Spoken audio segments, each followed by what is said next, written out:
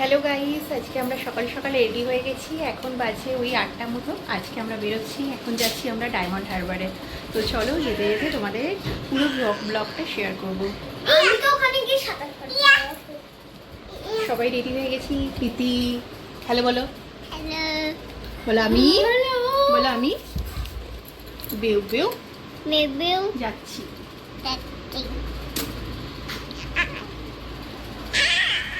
আমরা উঠে পড়েছি গাড়িতে, আর আমাদের ডায়মন্ড হারবার পৌঁছতে দেখাচ্ছে লাগবে 2.5 ঘন্টা মতো। তো দেখা যাক কতক্ষণ লাগে যেতে। বলো বলি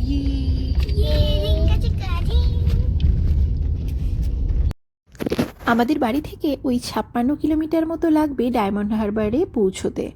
56 কিলোমিটার আমাদের ক্রস করতে দেখাচ্ছে ম্যাপে 2.5 ঘন্টা থেকে 3.25 ঘন্টা মতো লাগবে। তবে আবার এই আজকে যেহেতু ইন্ডিপেন্ডেন্স ডে, তো সেই জন্য মাঝে মধ্যে রাস্তায় প্রসেশন বেরোনো থাকতে পারে, আর তাছাড়া কোনো কোনো জায়গায় আবার জ্যামও পেতে পারি। তো সেই জন্য আমাদের হয়তো 3 ঘন্টার ওপরই লেগে যাবে। তো যাই হোক, ভেবে তো ছিলাম একটু তাড়াতাড়ি বেরোবো, কিন্তু বেরোতে বেরোতে হয়ে গেছে আমাদের অলমোস্ট 9টা। আবার তারপরে দেবপ্রিয় গাড়িতে তেল নিল, তো সেই করতে করতে একটু টাইম আমাদের এদিকে চলেই গেছে। তো চলো আমরা যেতে থাকি আর তোমাদের সাথে ডায়মন্ড হারবারের কিছু হিস্ট্রি শেয়ার করতে থাকি।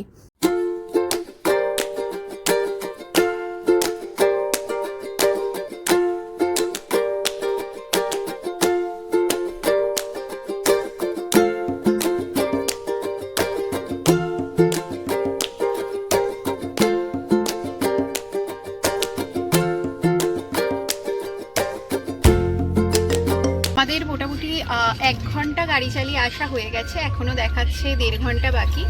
এখন টাইম হচ্ছে ওই 10টা মতো বাজে। আমরা এখানে একটু দাঁড়িয়েছি, এখানে একটা পে অ্যান্ড ইউজ টয়লেট আছে, আর এখান থেকে আমরা একটু বিস্কিটের প্যাকেট নিলাম আর বাদাম নিলাম। মিঠির একটু খিদে পেয়ে গেছে, আমাদেরও পেয়েছিল একটু হালকা হালকা। তো আমরা এখান থেকে একটু দাঁড়িয়ে বাদাম আর বিস্কিটের প্যাকেট নিলাম, আর এখানে একটা পে অ্যান্ড ইউজ টয়লেট আছে, ওখান থেকে আমরা ঘুরে এলাম।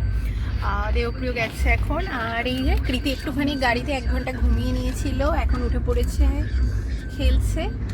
তো যাই হোক, ভালোই লাগছে। সকাল সকাল বেরিয়ে রাস্তাঘাট হালকা ফাঁকাই আছে, তো ভালো লাগছে যেতে ড্রাইভ করে। ডায়মন্ড হারবার একসময় হাজিপুর নামে পরিচিত ছিল। হুগলি নদীর তীরে অবস্থিত এই ঐতিহাসিক জায়গার নাম ব্রিটিশরা বদলে ডায়মন্ড হারবার রাখে। এখানে কোনো ডায়মন্ড বা হীরের খনি ছিল না। নদীর জল এখানে রোদের আলো পড়ে হীরের মতো চকচক করত বলে, অথবা বড় জাহাজ বা বন্দর ও বাণিজ্যের গুরুত্বপূর্ণতা বোঝাতে ব্রিটিশরা এই নাম দেয়।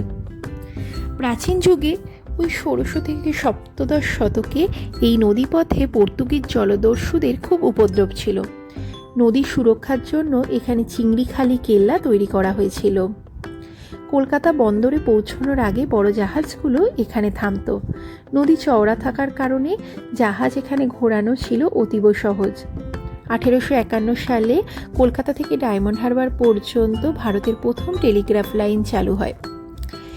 দেখো, তোমাদের সাথে কথা বলতে বলতে এখানে কিন্তু আমরা অনেকটা রাস্তাই ক্রস করে চলে এসেছি।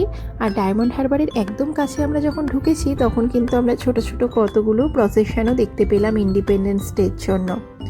দেখো, তারই মধ্যে আরেকটাও এখানে প্রসেশন ছিল, সুন্দর প্রোগ্রামও হচ্ছিল, সেগুলোও কিন্তু আমরা দেখতে পেলাম। তবে রাস্তায় একটু ভিড়ভাট্টা জ্যাম থাকার কারণে আমাদের কিন্তু 2.5 ঘন্টার পথটা বেরোতেই মোটামুটি 3.5 ঘন্টার কাছে লেগে গেছিলো। আর রাস্তাটা ছিল এই ধারে খুব সরু, সেই জন্য কিন্তু একটু বেশি সময় লেগেছিল। দেখো, বলতে বলতে আমরা আমাদের রিসর্টে একদম ঢুকে পড়েছি, আর রিসর্টটা ছিল খুবই সুন্দর। রিসর্টটা পরে একটা ভিডিওতে তোমাদেরকে ঘুরে দেখাবো। চলো, আজকের মতো এইটুকুই। আবার নেক্সট ব্লগটা খুব তাড়াতাড়ি, এর নেক্সট পার্টটা তোমাদের সাথে শেয়ার করব। চলো, টাটা, বাই।